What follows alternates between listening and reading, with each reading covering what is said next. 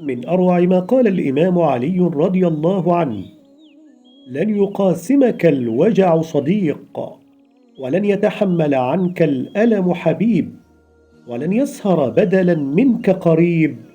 اعتني بنفسك واحمها ودللها، ولا تعطي الأحداث فوق ما تستحق. تأكد حين تنكسر لن يرممك سوى نفسك، وحين تنهزم لن ينصرك سوى إرادتك. فقدرتك على الوقوف مرة أخرى لا يملكها سواك. لا تبحث عن قيمتك في أعين الناس، ابحث عنها في ضميرك.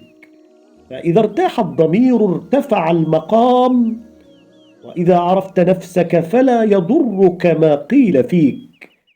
لا تحمل هم الدنيا فإنها لله، ولا تحمل هم الرزق فإنه من الله.